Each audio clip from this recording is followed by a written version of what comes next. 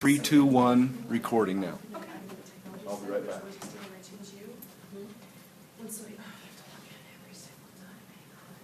It's okay, go ahead. That's okay. No, this is, I know, it's going to be a fabulous video, but whatever. Said no video.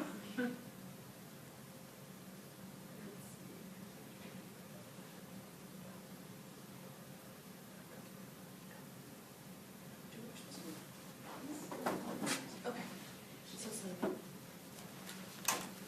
Okay, so you can see, by the way, all this stuff is down here. The clear bottom is the Summer Institute stuff. But back up at top, you can see like every department has their stuff. And then so like, just click on it. You click and it gives you like a page like that. So like, okay, so you get this. And then in there, you can put all of your podcasts, whatever it is. But in order to have space on this little site, you have to ask for it. Interesting. So anyway, that's, and then the way to ask for it is, let's see, I'll do this real quickly. You, somewhere in here, there was one of these links, and I'd have to look through them all, had a form that you just fill out and email to Eric, and then he sets it up for you. Yeah, I'll have to check that one out. Every table that you So, well, I guess we'll get started, and I'll kind of tell you a little bit about frequent low stakes testing, how I got involved with it, and then I want to hear about you. I know Ann, I work with Ann, so. So with frequent low stakes testing, I got involved in it when I first came here. I'm a maternity nurse, and there wasn't a maternity class. It was an integrated class where I had to go teach in other people's classrooms and just do my content in their existing class. So when I went, I had two different classes. One of the teachers used every day when she came in, she gave them a quiz on the reading assignment from that week, and then would go into the lecture and the activities and everything. Hey, we're a really small group. That's being moved. I was just introducing myself. That's right. So when I did the class with the person that had done the quizzes, the students were way more engaged. They had a clue what I was talking about. They were with it, and we got so much farther in the lecture. And in the other class, they didn't. They were just everything was new and fresh, and we had to start from the beginning every single time. So it kind of got me a little bit excited about those kind of quizzes. Then they had at Center for Teaching and Learning that year, this was like 2007, 2008, they had a teaching scholars program on frequent low stakes testing, and I got involved with that. And there were maybe 6 or 7 of us from all around the university, and we all used it. We were all studying frequent low stakes testing, but the way it came out, everybody's was totally different.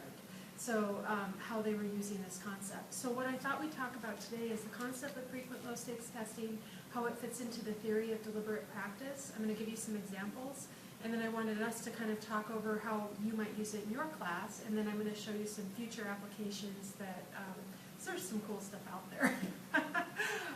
Can you guys tell me a little bit about you? You've probably been doing it all week. No, I'm Kim at Carter Cram, and I'm in modern languages. And I teach primarily online.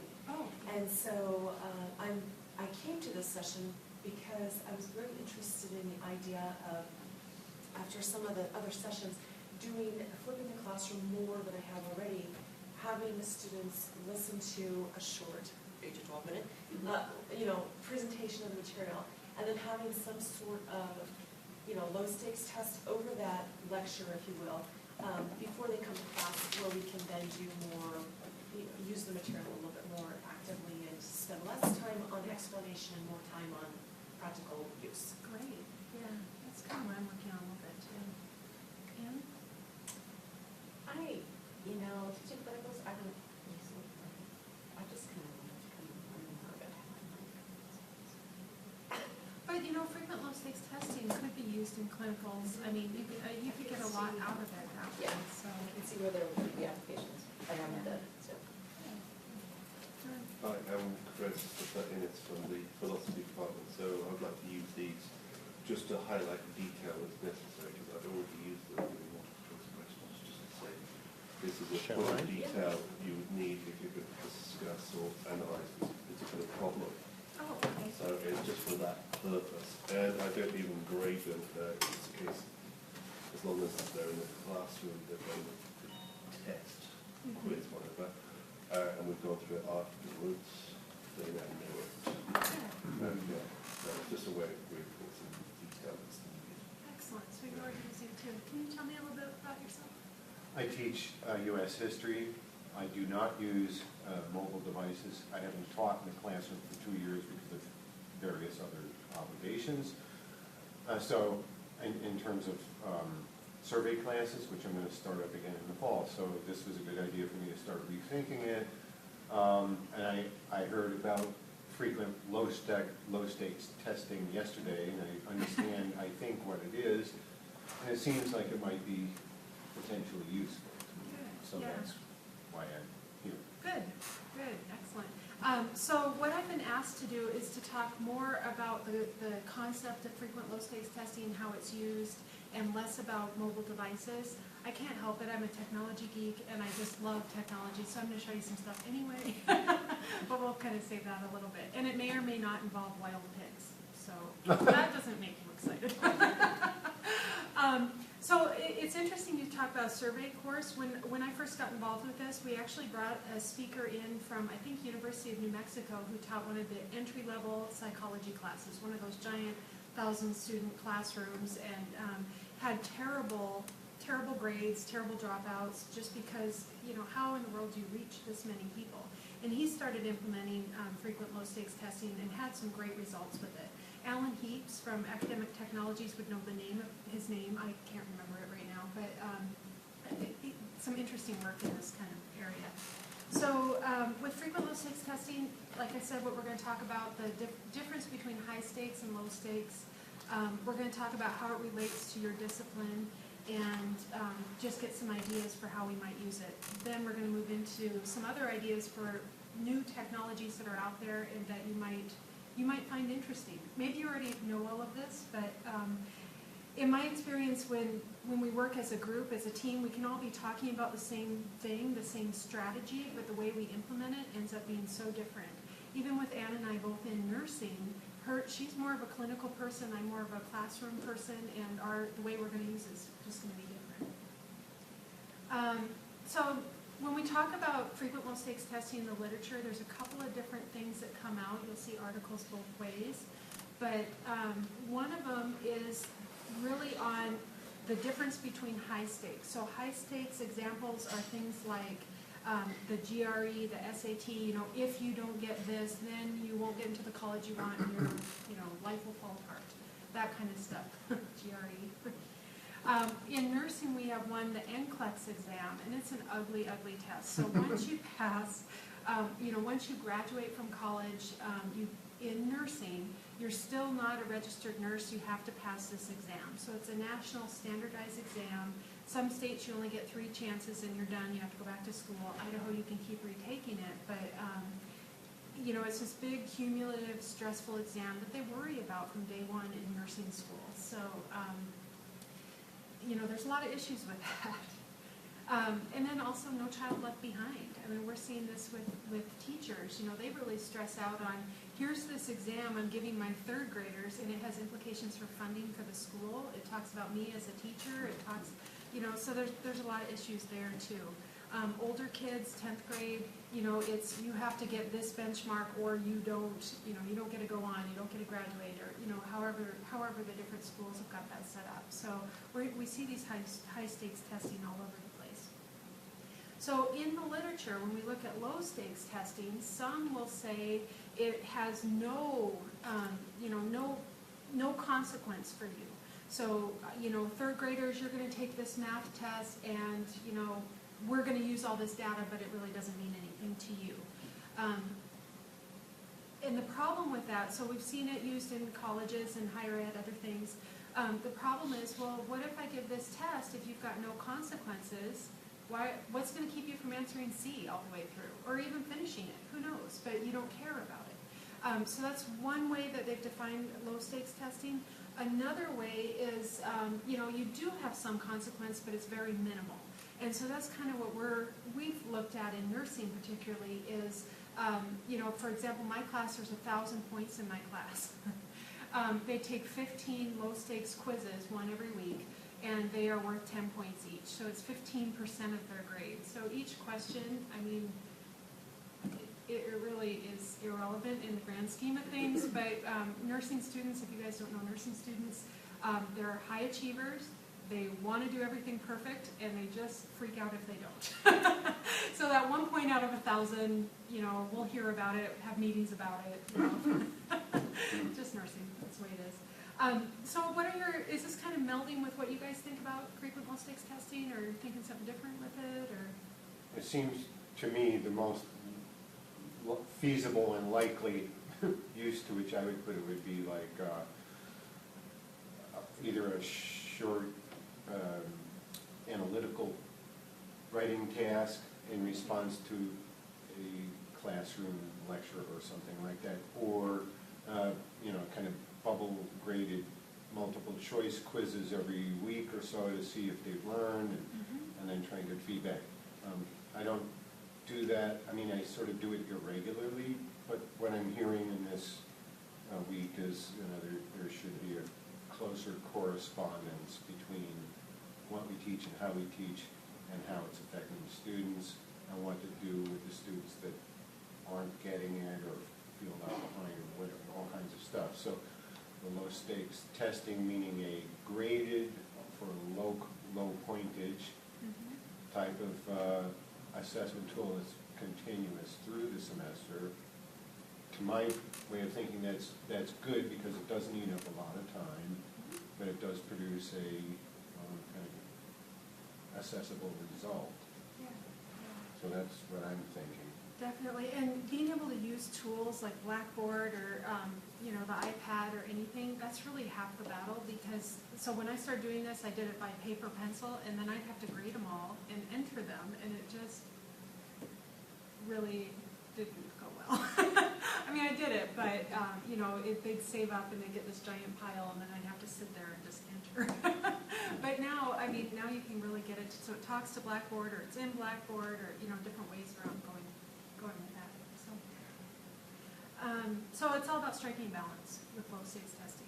All about getting a balance. So another reason why we would use frequent low stakes testing, we're seeing this in nursing a ton, this deliberative practice theory, and part of that is because of the way simulation is taken over in nursing.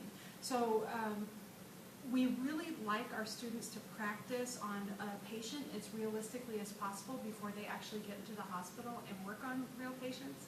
As people who may go in a hospital, you should appreciate that.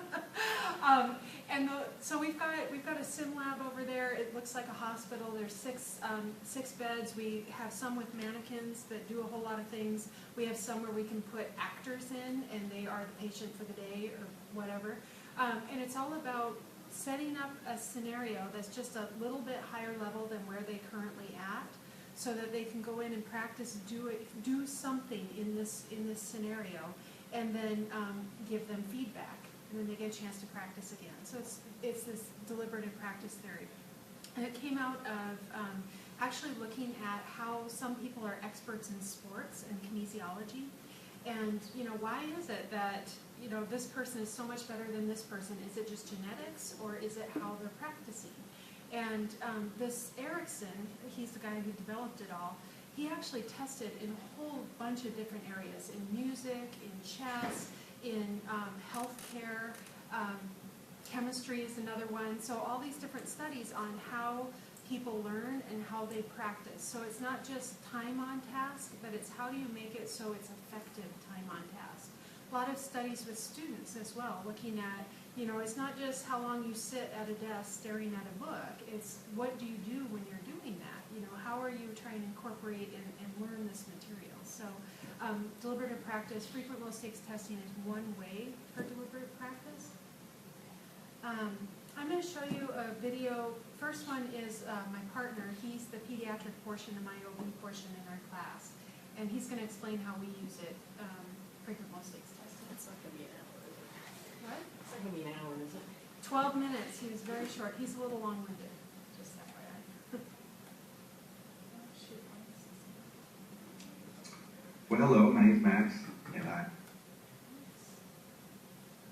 for you non-nurses sitting there in the audience, that stands for How to Interpret Pediatric Complete Blood Counts and Liver Function Test. And this is one of many articles that we'll post that, is pretty cool and pretty awesome.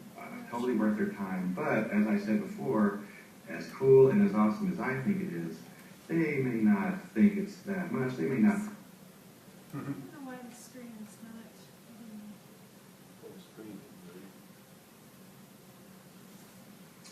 Well, hello, my name's Max, and I'm going to do a little chat here about some specific things that we're doing with our high-frequency, low-stakes testing over here in the nursing department.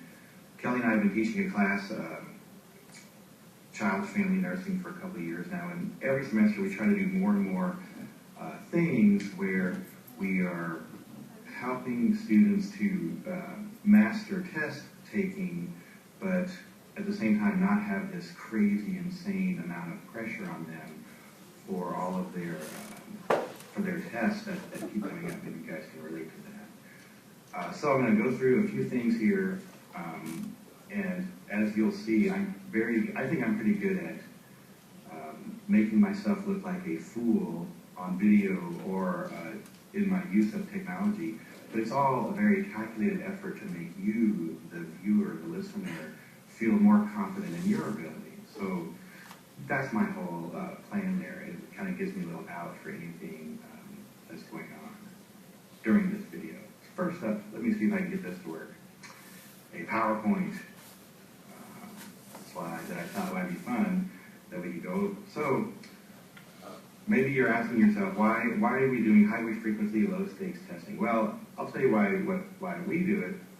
We're kind of in this unique curriculum where we, I'd like to do this stuff here.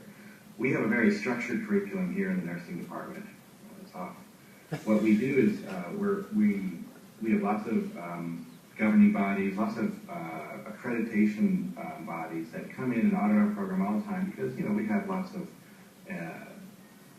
important measures for our graduates who have to go out and literally do life and death stuff pretty soon after out of school. Therefore, there's a lot of things going on in our curriculum that are mandated. And one of the biggest things that hangs over our head for the 5 semesters that we have our students is the state board exam, the dreaded, we call it the NCLEX test. Oh, I'm off here, my thing here. But our state board exam lingers over us. Our graduates all take it. Therefore, as they progress through our curriculum, we kind of feel the heat a little bit to continually have tests and test questions that are like that state board exam. So even though we try to get off of the mindset of, oh, this test is really huge for your grade, we can't lose that. Therefore, Kelly and I have started, I think we've done a good we started a good process over the last couple of years of trying to take some of the stakes out of it, yet still throwing those skills of being good at the test in with just lower stakes items. I'm going to go over that here in a second. But another thing, I think, a theme of our class that maybe strikes a familiar chord with some of you all is the amount of class time that we have. And we have it, I apologize, my red thing's a little off here. Our time seems to be going down. We have a 3-credit course. We're going to 4 credits this next fall. But even though we have theoretically 3 hours with our students each week, we just, because of our crazy schedule, and, again, probably, you guys could probably talk a lot about your individual department's schedules as well, but we have to really struggle with trying to cram it all in. And for us, we literally have, starting this fall, 4 hours of time for our students, but the only time we can have for them is Monday. And then we match that up with the other classes they're taking, and suddenly Monday becomes this death day. And if we're kidding ourselves if we think that we have their undivided attention for the 9 hours that they're there in class all day. some of you guys, hopefully you're laughing a little bit about that, but don't laugh too much because it's true. And so we've really struggled with, the credits that we have with our students as it goes up, but the time we have has been going down. We actually have less time with our students, that's what I'm trying to say. And it's a real struggle. Hence, we are really pushing our class, and many other classes over here in the nursing department do the same, but really throwing it out on our students to say, you guys have to do more outside of class. That's where you work, so that's And there's going to be a lot less of things going on in class that could be accomplished outside of class. Mainly, the main theme of, I could go on about that, the main theme is less of the traditional stand in front of your PowerPoint, talk to your students, reciting what they could have read in the book, what they could have deduced from the articles that you posted for them, or going over the videos that they could have watched, because really, they need to do all that before they come to class. And for us, Kelly and myself, class time has become so sacred where we just can't devote a microsecond of time to anything that those guys could have done on their own.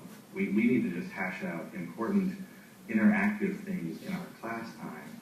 But for main thing I want to talk about towards the tail end of this video is what the main thing that we've done is trying to do things that, I'm trying to think of the right word. I want to use the word bait or entice, or I always use the term that the carrot, hanging the carrot in front of your student to get them to actually come to class ready to participate, where they are ready for whatever discussions or clarifications that Kelly and I are going to be doing. We're not going to sit there and say, okay, chapter 1, let's talk about chapter 1, and I'm going to rehash that. No, none of that. That's all going to be accomplished long before they come to class. But maybe other departments have the idealistic, altruistic student that always does what you say. They always read everything that you ask them to read before prior to class. But for us, we found that the vast majority of our students don't do anything unless there's some kind of incentive. And for us, it's points. We have points. Your grade is determined by how many points that you get. You can get a B if you get this many points, but if you want an A, you come with higher number of points. And so all of our activities outside of class, we found really need to tie in some points to it, or we may have a lower participation rate. Maybe some of you guys can relate to that. Maybe some of you guys have no clue what I'm talking about, but I think most of you do. All right, now bear with me as I mess this tech. No, I don't want to do that. So as I continue along, let me show you an example. Kelly's got a lot of really cool things planned for you here. But what I like to show you is this. Let's just say I post on Blackboard, hey guys, read this chapter. And I'm going to fire up a little tech here. We're trying to get more with our Elsevier reps to show this. So here's one of, we have a textbook that we use for our class, and here's the ebook version of it.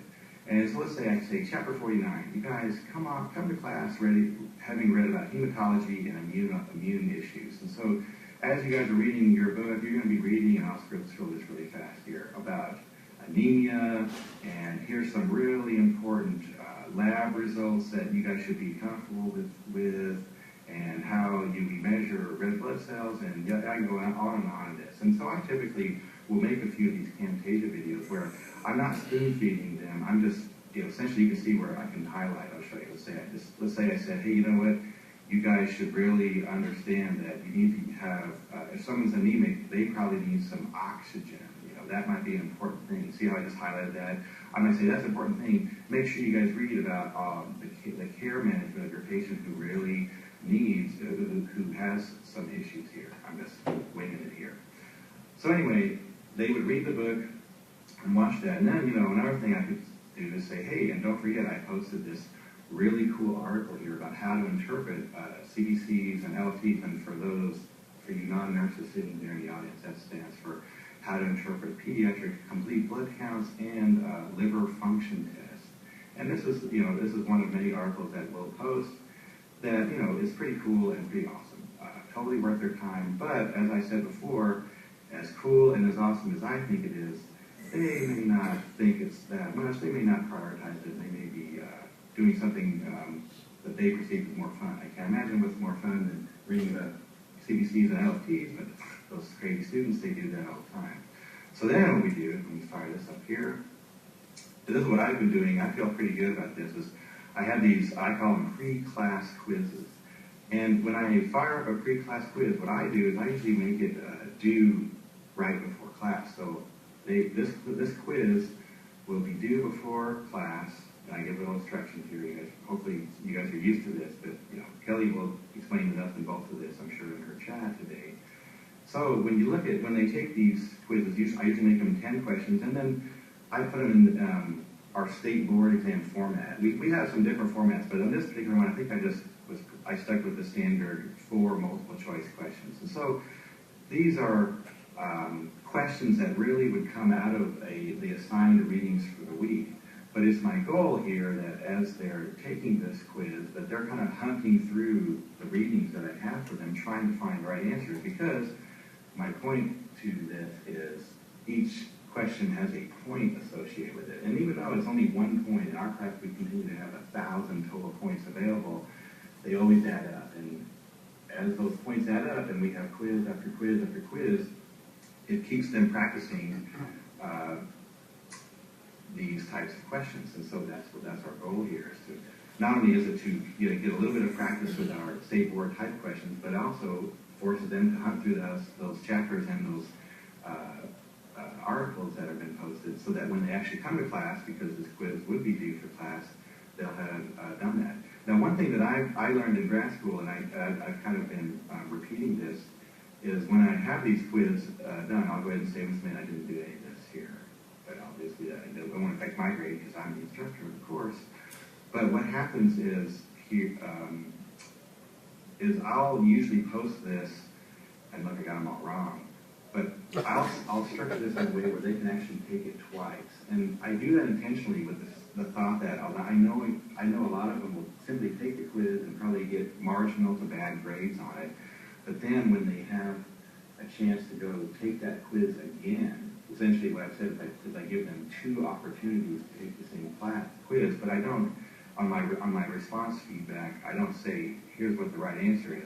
I might say, hey, check out a certain section, or check out this page, to kind of force them to go back and redo it. So it's an intentional way of forcing them to really get on it as far as getting into the specifics that I think are really important, and mainly because I'm planning on talking about those things in class.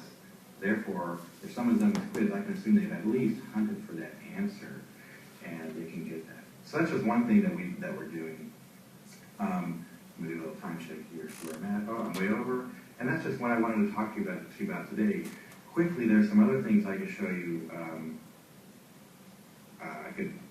I could show you about these videos that I can post that have some specific verbiage associated with them. And then the last thing I was going to mention is this really cool thing that I'm starting to flirt with. I think Kelly's got a lot more to say about it, but it's this TED Ed function on the TED website, the TED.com website, where you can actually fire up a video. I won't fire it now because things kind of run in slow motion when I use Camtasia, but I fire it up. But then you can actually do this quick quiz option, where you can actually embed your own quiz questions in these videos. I think that's got incredible amount of future potential, but I'll let Kelly talk to you about that more. So anyway, I hope you've enjoyed my brief chat here, and have a great day. All right, so.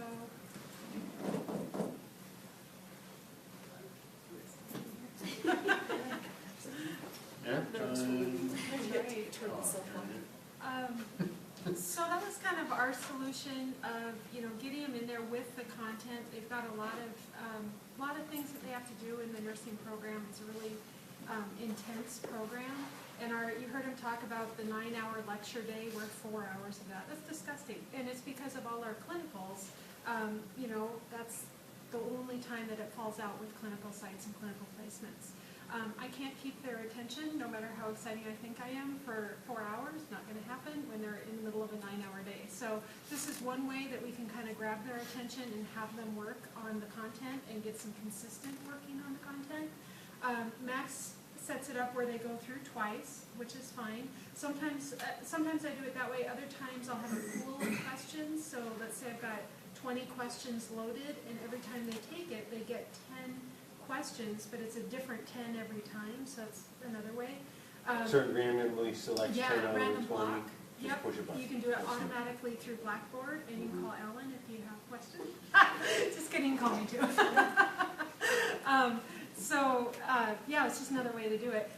Blackboard also, if you have pictures, you can have them do hotspots with pictures. You can have them rank order things. I mean, there's lots of cool new ways that you can set up questions through Blackboard that are just kind of fun to play around with. What do you guys think so far? What do you think about this kind of idea for your classes? Any new ideas The pre-class testing would be a good idea. for your content? Yeah, because I'm trying to set up methods whereby the students prepare, instead of me warming them up Yes. for the first 10, 20 minutes, that they're Yeah. already warmed up, as it were. Definitely. Yeah, yeah. Are you upper level or lower level? Introduction. Introduction, Yeah, okay. yeah, so it's, So you have the gamut. yeah. Do you, does your cohort close the test prior to the opening of the class? Right, so the class this semester it started at 8 a.m., tests closed at 8 a.m. So you gotta have it done, and we But have it. could you do it twice Yep. before this, so you Yep. do the thing, you get your answers? Yep, it's open for like a week, so they could take it anytime, but it's over at 8 a.m. So those emails that we get with, oh, I overslept, I couldn't do it, sorry. Immaterial. It's in our syllabus that we close it. We just can't go there. Most students do take it. It's not very often that we have students not doing it. Most of the grades are 8, 9, or 10, so 80% or higher. You know, they have a chance to take it twice. You know, they really should. All the content's there. We usually, you know, it's not about making it really, really difficult. It's just getting in there and looking at it and trying to piece it together so we can talk about it and have more meaningful conversations in class. I mean, in my case, I'm lecture driven. I have a syllabus that's coherent and linear. And I hand out ID, standard issue stuff, an ID list of 40 or so terms per third of the semester. The way I pitch it is the ID list is the key to everything. It gives you the multiple choice answers, it gives you the ID material, it gives you the evidence for an essay. I think that makes sense. But in this case, I could use the IDs on a weekly, break them into like weeklies, and use the low stakes test on IDs, either online or in class, and just, you know, that would take 5 minutes, and then I grade them or whatever. If I could do it, I don't use Blackboard except, I don't know, I think I posted syllabi on it and stuff, but I keep hearing from everybody how much they hate it. And so I've never really gotten that far into it. However, I'm still open to suggestions. But it seems to me that there's a ready-made vehicle for me to use low-stakes testing, and it could theoretically encourage students to actually give it a turn. Yeah, well, and to keep them from, you know, that mass studying the night before, the Yeah, weekend right. before, you know, The 3 program spikes of grants. super intensity. Exactly, let's just Yeah. kind of work on it every week. Right. In an ideal world, you know, it helps with that. I'm sure, you know, not everyone's going to take it seriously anyhow. But Would also offset, in my case, the problem that I have to tell students you won't know where you're at until the first exam. You're going to crash, and then after that you can clean up. But that's like 5 weeks out. And so It's a that's third of their a stuff. little uncool, yeah. So this would be a way to remediate that hang-up. Yeah, I think it's worth, you know, it's worth a try. Alan, who was that speaker that we had from University of New Mexico? Yeah, what was his name, from psychology? It was right there. Was it? Sorry.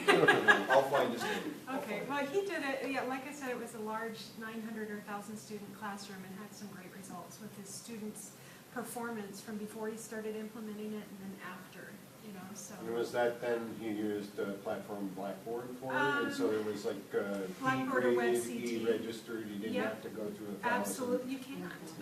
I mean, I have 70 students and I struggle. There's no way I would do it. And any ideas for clinical? Just to clarify, the points are based on, they have to get it correct, right? It's not just a participation points, it's. They have to get the it right. correct answers on Yeah, the it's not like a participation, you sign a form when you walk into class and then you leave. No, it's Right. not. You gotta try. It has to be content Yeah. driven. Yeah. So how about you, Kim? I'm interested in modern languages. What are you thinking? Well, kind of, I mean, like when we started out, I pretty much want to use it the same way you're using it right now. So, the same idea, the same reasoning for doing it. Yeah. And you've done it a few times, or? Well, I did it a little bit differently, but same concept, just kind of different order in the chronology of it all, if that makes sense. So my sort of weekly quizzes were, a few questions, pretty real low stakes, every week, but they could complete them any time during the week. It wasn't necessarily, before 8 a.m. before class time, Yeah, yeah. which I think I'm going to switch. Yeah. Okay, good. How about disadvantages? You guys seeing disadvantages or ideas that we can chat about as a group? What are you thinking? Time eating is always the thing I struggle with. I know that each semester I'm going to have 3 periods where I do super high intensity grading. And that's good, I'm used to that. Like I said, there are problems in terms of keeping students tuned in and all that. So if there is a reliable means of doing this electronically, and whatever time I put in was like learning how to use the platform, and then I had it, that's okay. But when I have had quizzes in the past, which I normally do anyway, a couple times a semester, map quizzes or something, Sure. they're on paper, I grade them, I enter grade them in a book, whatever.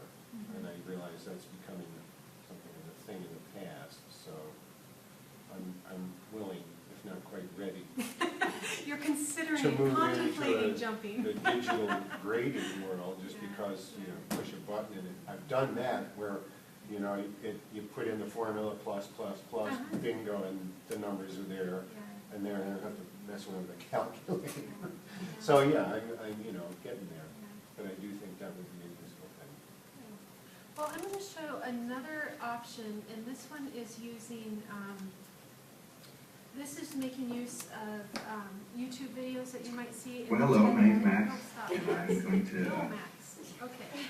This is a TED Ed, and this one was made by a friend of mine in New York. She teaches in New York that we've had some collaboration with in virtual reality, of course.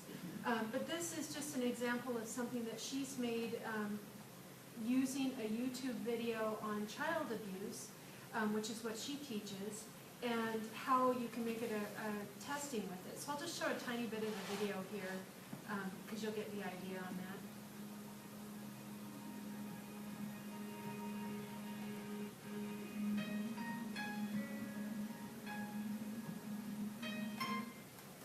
Doesn't ask. It's hard to see the pain behind the This mask. particular video goes through different things that they want them to learn about different types of child abuse. And then what the learner can do is they can actually click on the think, which is the quiz button, and save my answer, go to the next question, save my answer, the next question. And then there is a way, and sorry, that must be long. There is a way that you can link it with your Blackboard. I haven't figured that out yet. My idea on this is if I were to use this, then I'd have them write down their answers and then put them in Blackboard if I can't figure it out. But just a workaround. The other cool thing with this is, so you've got this video that you didn't make, but you're using, and then you made some questions on it, and then what you can do is you can link them to other resources that they might find useful. Here's a topic on the New York State CPS, if you wanted to go to that. So it's just kind of a cool way, and then she's got some questions, some critical thinking type questions, all linked to this video, so you're being able to use, so instead of just sending them to a website and say, look at this, it's look at this, here's how I want you to think about it while you're looking at it. So just another option for frequent low stakes testing that could work really well. I could also see it working in class with like a think, pair, share activity where you're watching it, you're going to do some activity with it, and then you go with your partner and talk about, see what you have different, and then talk as a large group. I like doing that think, pair, share stuff. Gordon Hodge was the name of the guy from New Mexico. That's right. And I think if you look him up at the library, I think he's got some good articles. I'm actually gonna put out on the website for this session, I'll put a link to the NCAT description of what he's doing, what they're doing at the University of Mexico. Oh, good, good. Yeah, he's really interesting guy. So let's go back to. So I have some articles. I'm not going to have us. I was going to have us actually read them in tables because when I thought there were 34 people here. Since there's 4, we're not going to, but they're posted online. Some articles on frequent low stakes testing that you can look at and get some ideas on. Or they are soon. They are. They They're on are. the Blackboard course site, and they're also on the wiki for this session. Good, and they're not like total the answer, but it's just things to think about if you're kind of interested in looking at this a little bit more. So ideas with how to use frequent low stakes testing, we've talked about Blackboard and random block. We've talked about just doing it paper and pencil as a way to do it, before class, after class. Have you guys looked at clicker technology? I think you've got that this afternoon, just as a way to have, using PowerPoint, it's just a plug-in that goes into your PowerPoint that you can make questions on and the students can have responses. The cool thing with that now is you can get the clicker app on your phone or the iPad or whatever and use it without having to buy a separate device, because that's the problem is Students as well. 8,000 devices. What? Students do that too, right? Yep. So Okay. students have a device somehow. You can buy a little individual device that's, I think last time I looked, they're about $45. That's it. Yeah, you have the receiver, but there's also apps for it. The free app is a clicker app, Yeah, right? yeah, So that Turning eliminates Technologies. that Yeah, extra exactly, that cost to extra thing. students. Yep. And something to lose. or- App in the battery. That honestly, that was one of the issues I gave them up, is because the batteries started going dead. And it just drove me crazy.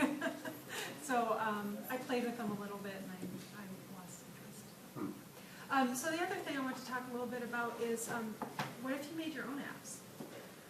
There's cool stuff out there. There's free things. This one's for Android. It's App Inventor. It is my favorite thing in the world.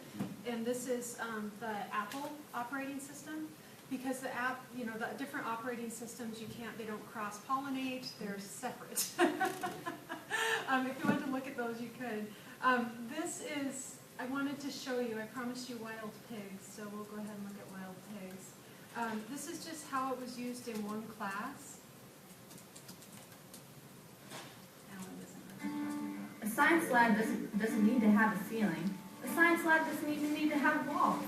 Applying STEM, science, technology, engineering, and math, our class used an entire national forest as a living laboratory to study the impact of the feral hog, an invasive species that is wreaking havoc on the environment. The hog was brought to the Americas by early explorers as a food source. The warm climate and lack of major predators, coupled with the prolific breeding habits of the hog, allowed these animal populations to swell to devastating numbers. Feral hogs compete for food sources with deer and other native species. They eat wild turkey eggs and other young animals and damage plants and stream banks with rooting and wallowing activities. Over time, this endangers other wildlife and reduces stream quality. The feral hog invasion is becoming a nationwide threat. After extensive web-based research and interviews with hunters, farmers, and even a couple of PhDs, we learned a great deal about methods of culling the feral hog population. We propose that using methodical trapping techniques is a solution to managing hog numbers. So we created a wild hog log to share resources and techniques for maximizing trapping success. Students programmed a smartphone app for tracking hog sightings using GPS coordinates. We even said about building a better pig trap in collaboration with our technology students, using the new plasma coder to create trap components. Numbers came to mean much more than just pages in our math textbooks as we collected and used real measurements and applied statistical equations to estimate hog populations. Monitoring wildlife populations is a long-term commitment, so we have already set about passing the torch and the calculations to our feeder school counterparts. Invasive species have a damaging effect that cascades through the food web. Whether it's quagga mussels in the Great Lakes, pythons in Florida, or wild hogs in the South, we must all persevere in our efforts to protect and preserve our environment. Okay, so wild hogs. So the reason I showed that is I couldn't pass up wild hogs for one thing. And the other thing is, because there are a bunch of kids that made these apps, and they're really, with these free platforms that are out there, it's pretty cool stuff. So particularly this app inventor, this is from Google Labs, and they're using it a lot in schools for teaching students about programming. But they've made it really simple, so even people like us can make actually do this. and it's pretty simple to go through, either in a book format or they have an online class for the app inventor. It's pretty simple to go through and make a quiz app that you can use and then just put on the Google Play or Android Market and set it out free for your students. The problem is you've got students with all sorts of different devices, so that's an issue. But it's just something that if it's something that's interesting to you, it might be worth looking into. Maybe it is, maybe it isn't. I haven't done. All I've done with the Apple is buy the book yet. I don't even have an iPad right now. So that would be something that could be useful. I haven't investigated it more than to see that there's a lot out there. So this is one. This is just a picture of a woman who is in her PhD program, and she was a nurse practitioner. She made an app for patients on pap smears, and just a teaching tool through that. And I just thought it was kind of neat because it shows that you can do anything. Pictures. She's got links with it. My pap. Yep. My pap. Hey, I'm insult people, they're kind of weird. And then, let's see. And here's one with, Just part of popular culture, have you watched that comedy? no. The Big Bang. Oh, really? They make their apps to represent certain interests and then say they're going to sell them. Oh, really? Yeah. So it's all, and when you look at some of these, they've got it made so you don't need to know programming.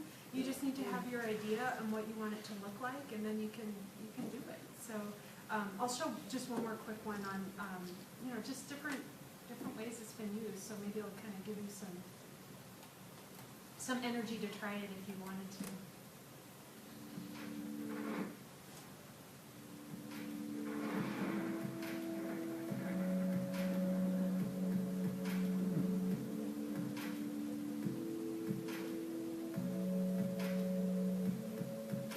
Before I took App Inventor, I thought computer science was just a bunch of nerdy people who were sitting behind computers, writing lines of programming. I thought it was all about databases and equations. Before this, it was just kind of intimidating, out of this world, like nerdy thing. And I thought of the apps as just really smart people who built them. I never thought I'd be able to do anything like that. I realized it was more. We started with a pilot program in the fall of 2009. One of the nicest things about this course and using App Inventor is we've attracted a completely different clientele, compared to the traditional computer science student. And these students have great left brain, logical sides to them. They just have never been exposed to this kind of work. Instead of trying to remember all the commands, typing them in, you make a single little error, you get this weird error message. You don't really have that with App Inventor. You can see everything you can work with. You just drag it out. You plug blocks together, almost like doing a puzzle. If the blocks don't fit, you can't plug them in together. So instead of kind of reprimanding you for making a mistake, it doesn't let you make the mistake. Almost every student can start building mobile apps, which is a mind blower for most people. So I'm sitting here holding what I would refer to as the every person's canvas. And the every person's canvas in this instance and in this instance is powered by Android, the open source OS. But it's App Inventor that is actually the palette or the paint that will allow every person to be able to paint on these canvases. And that is the exciting thing about App Inventor. I originally took it because I wanted to fulfill my math requirement, I always hated math and hoped that doing computer science would be something totally different. And ended up falling in love with computer science and App Inventor. Just the program as a whole was really interesting and not necessarily easy to use, but just kept you wanting to do more. The first day, you are looking at this and you're like, no, you can't make an app in 10 minutes or however long. And at the end, like, you had a working app. That was my favorite. I think that's what made me, like, really realize that this was, like, a totally doable thing and got me pumped, because if you can go into a class the first day and do something and then just build on that and, like, end up making full quizzes or full games from scratch, I mean, that's awesome. As a TA, you kind of see a lot of people coming from many different departments and many majors, getting excited and generating some great ideas and then executing them. So I've had the opportunity to kind of help them and answer their questions, try to foster ideas for those who maybe don't have their own, and it's a great experience. I see a lot of creativity, and I'm constantly being surprised by students.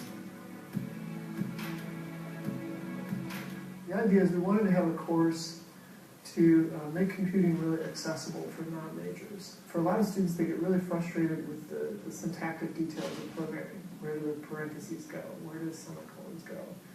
And you can waste so much time messing around with that you lose sight of the fun part, which is creating something and building something. And so App Inventor lets you totally sidestep all the annoying little syntactic details and focus on problem solving and creation, which I think really is very engaging to a lot of our students. It gets them excited about computing and gets past that fear of technology. And so what Professor Wolber did was he developed this partnership with Google to program your phone using this tool called App Inventor.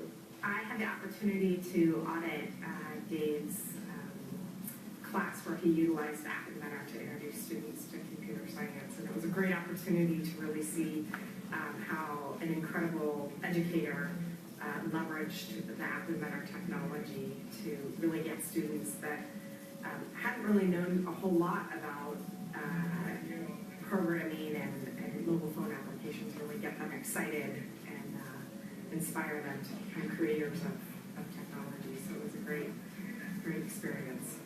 Because technology is so pervasive in people's lives, I think it really is important that some amount of computer science, if you will, be sort of part of a standard kind of curriculum in the same way that it is for, math and social studies and, science and, and all the science. Okay, so forget 8 to 12, we're on 5:23.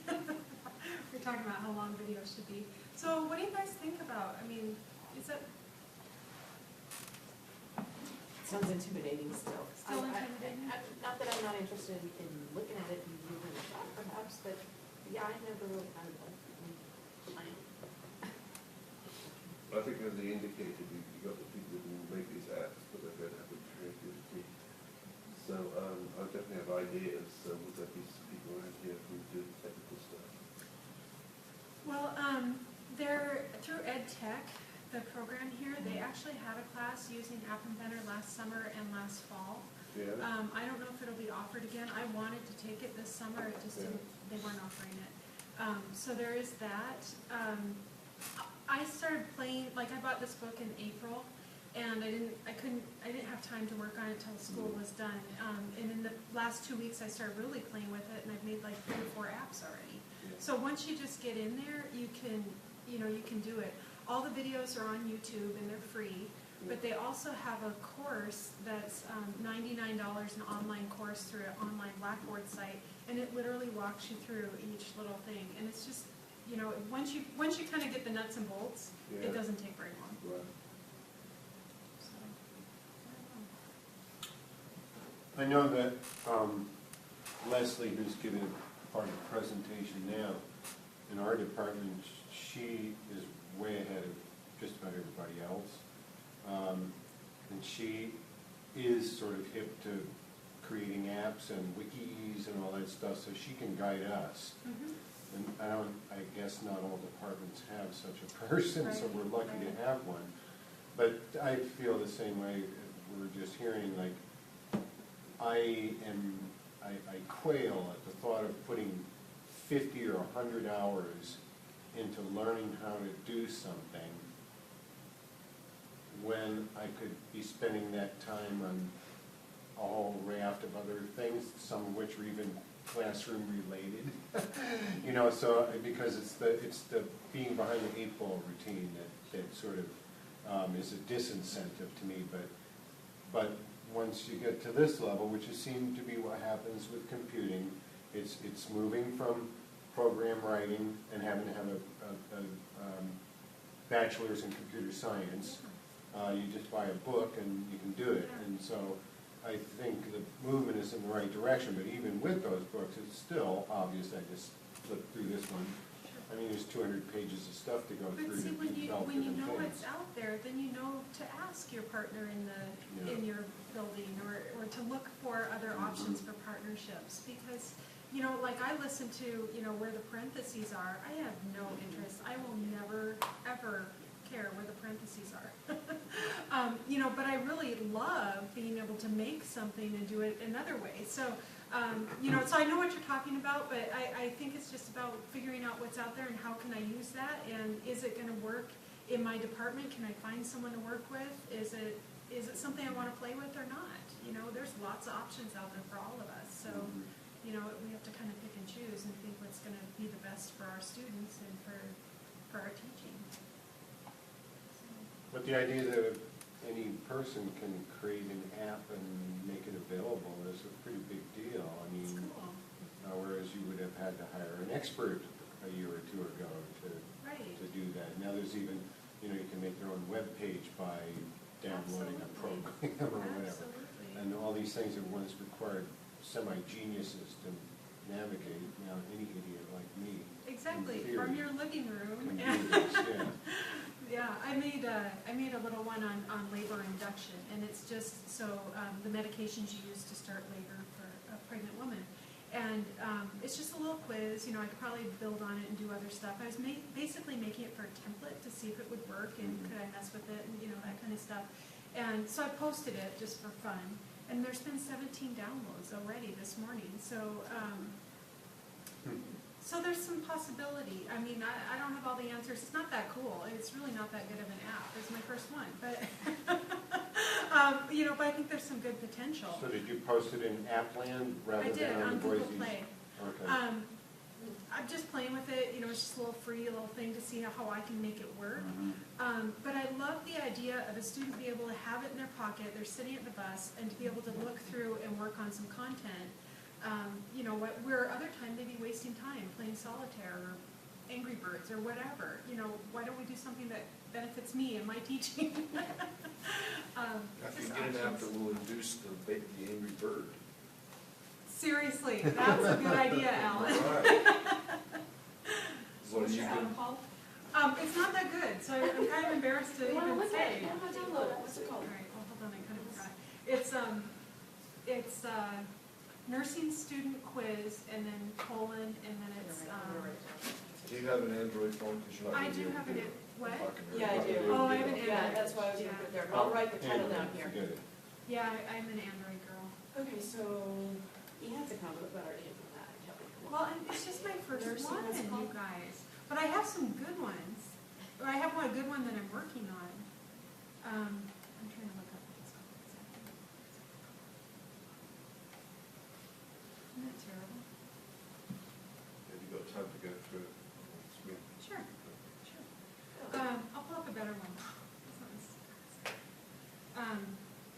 So this is just the little thing here, and the one that I'm working on right now is I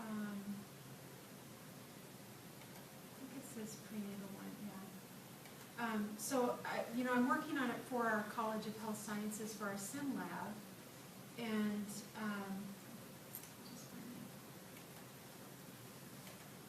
for our sim lab, and because we need something that we can do charting on. So we've got these patients. There's no we've tried to buy one, we couldn't buy one because there isn't one, on being able to document the way we would in the hospital, because it's going to help students to learn the vocabulary, it's going to help them to know what they're supposed to be documenting on. So I'm making one on OB documentation system. This is just one screen of it. This is a phone emulator, so it shows me what it would look like on the phone. It takes a minute to load though, it's kind of slow. So where did you even get to this? What? So through App Inventor, so that App So Inventor. it is actually, okay. Yep, and then you open this up, and then this background stuff is all the programming, because every button has to be programmed with what it's supposed to do. And it's kind of taking forever, so. And did I hear correctly that App Inventor and this stuff is on the open source Android stuff, right?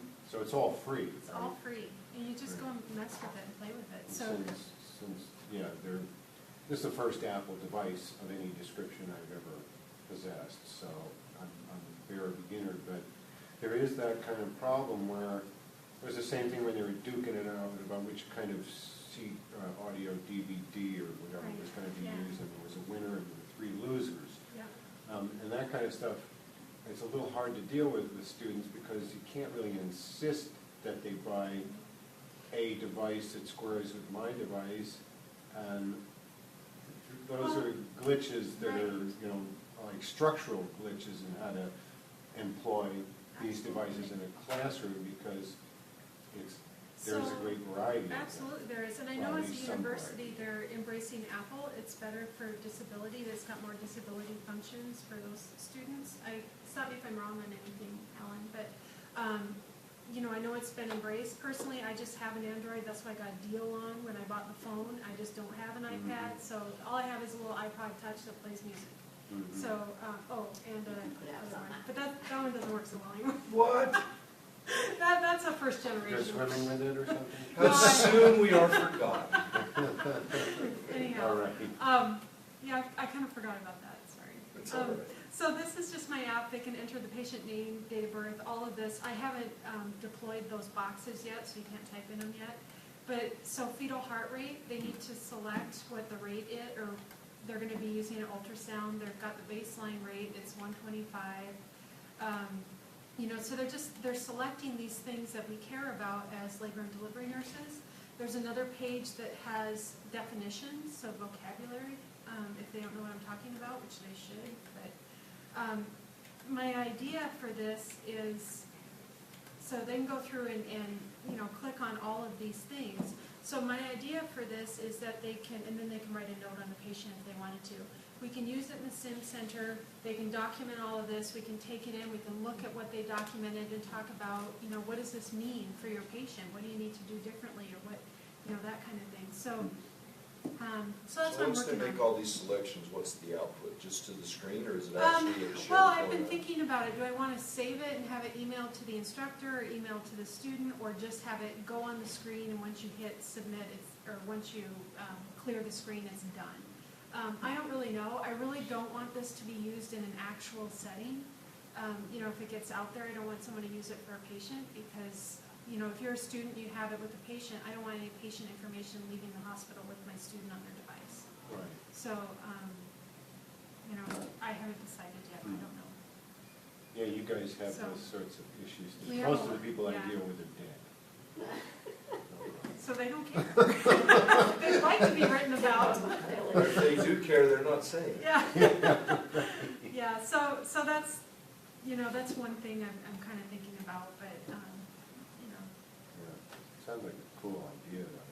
Yeah. I totally love. But I love this kind of stuff. I'm just sitting here trying to figure out how we got from frequent low stakes testing Oh, because of quiz app. to app development. This is a way to do it, Alan. Okay. Keep up.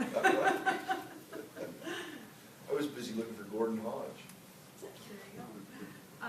So anyway, that's just different applications. So we've looked at Blackboard. We've talked about different ways of randomizing, pulling in blocks. We've talked about using the TED Ed as a way to do it online without your material that you could develop. we've talked about apps, we've talked about paper and pencil, so lots of different options for how we would do frequent low stakes testing. If you want time to think about your own and work on your own projects, that's great. If not, then that's about all I have for tonight. Any questions? So one of the things that we probably ought to do with just the little time we have left, you did a good job. We're almost out of time. So, we come around to apps and the ability to use mobile devices with apps in frequent low stakes testing. But as you think about those 5 characteristics of smartphones, is there anything that really stands out to you as being frequent low stakes testing? The opportunity to do that on a mobile device seems like it's a good match, or is there anything that's like, wow, there's something there that needs to really be figured out before we go ahead and go down that road?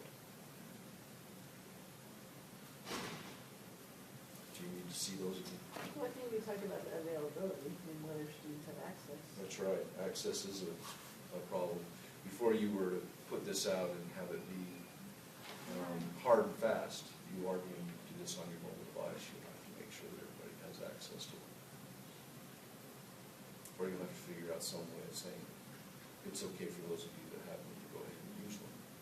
And it won't be a detriment for those of you who don't.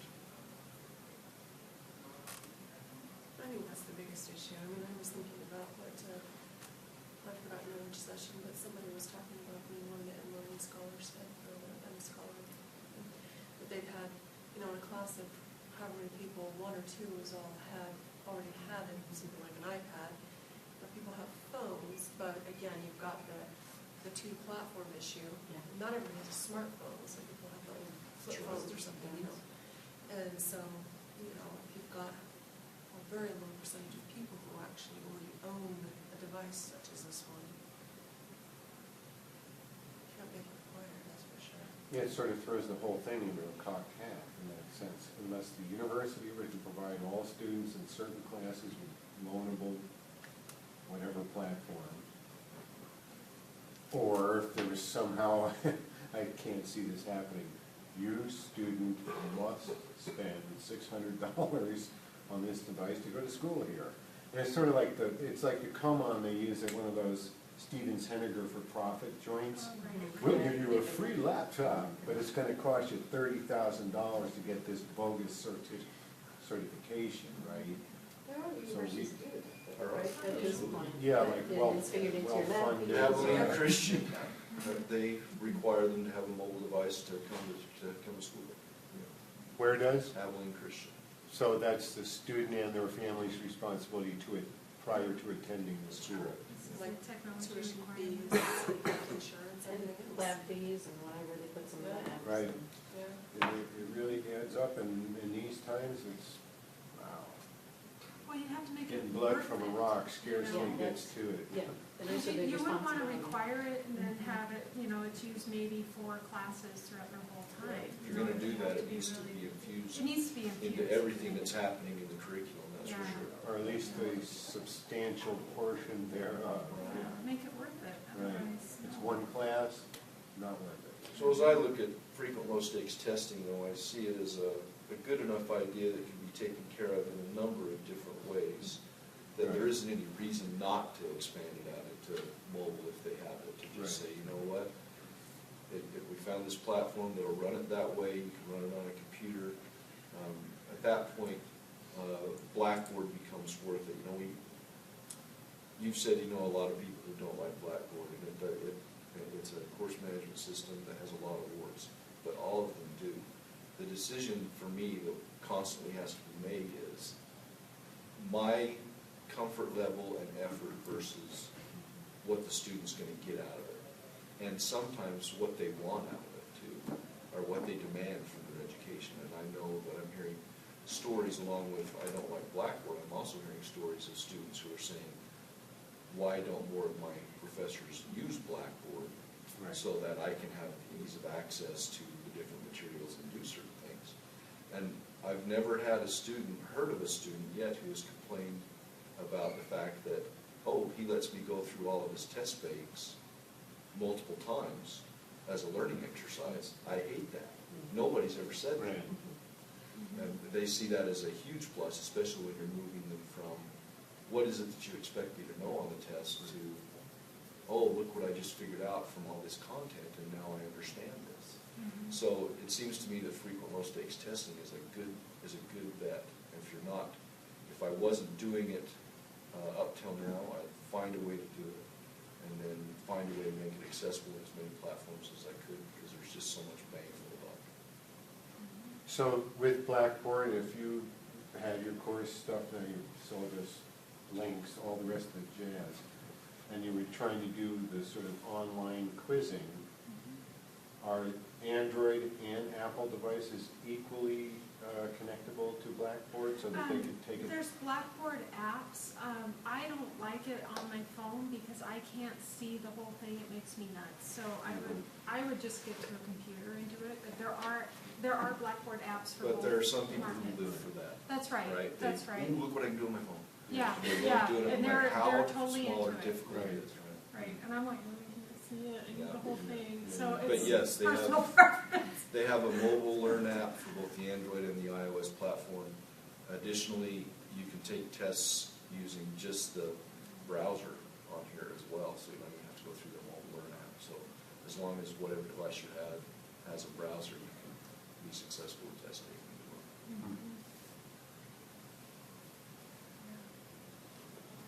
Well, thank you guys for coming, I appreciate it. Thank you, Karen. I have to tell you, I ran into those problems. Was running Did you? in Florida. We hadn't been there very long, and I had no idea. I I got in the didn't woods either. running, and I ran up and I heard up pigs. Oh, my goodness. Might as well be a